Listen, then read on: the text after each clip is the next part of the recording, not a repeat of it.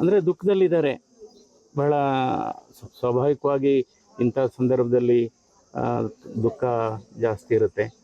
So ಅದಕ್ಕೆ ಅವರು ನಮ್ಮ ಮಗಳ ಸಾವಿಗೆ ಕಾರಣ ಏನು ಅಂತ ನಮಗೆ ಗೊತ್ತಾಗ್ತಾ ಇಲ್ಲ. ಆದಷ್ಟು ಬೇಗ ನಮಗೆ ಕಾರಣ ಗೊತ್ತಾಗಬೇಕು ಅನ್ನುವ ದುಃಖವನ್ನು ಹೇಳ್ಕೊಂಡಿದ್ದಾರೆ.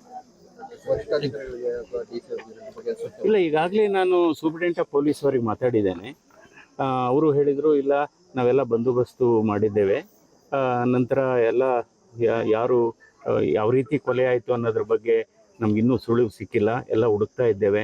ಯಾಕೆಂದರೆ ಆ ಭಾಗದಲ್ಲಿ ಯಾವುದೇ CCTV ವ್ಯವಸ್ಥೆ ಇಲ್ಲ. ಹಾಗಾಗಿ CCTV ವ್ಯವಸ್ಥೆ ಇದ್ದರೆ ಬಹುಶಃ ಬೇಗ ನಮಗೆ ಗೊತ್ತಾಗ್ತಾ ಇತ್ತು.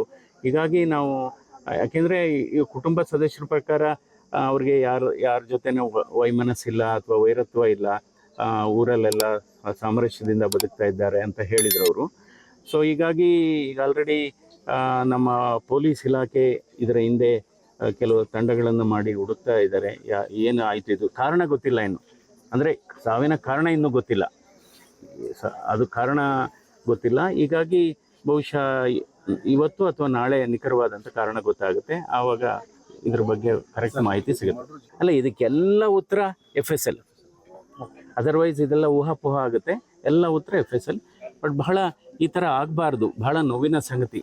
ಯಾಕೆಂದರೆ ನಮ್ಮ ದೇಶದಲ್ಲಿ ಹೆಣ್ಣು ಮಕ್ಕಳಿಗೆ ನಾವು ಬಹಳ ಎತ್ತರ ಸ್ಥಾನದಲ್ಲಿ ಇಟ್ಟು ನೋಡ್ತೇವೆ. ಸೊ ಇದು ನಿಜವಾಗ್ಲೂ ಮನಸ್ಸಿಗೆ ನೋವುಂಟು ಮಾಡುವಂಥದ್ದು ಘಟನೆ.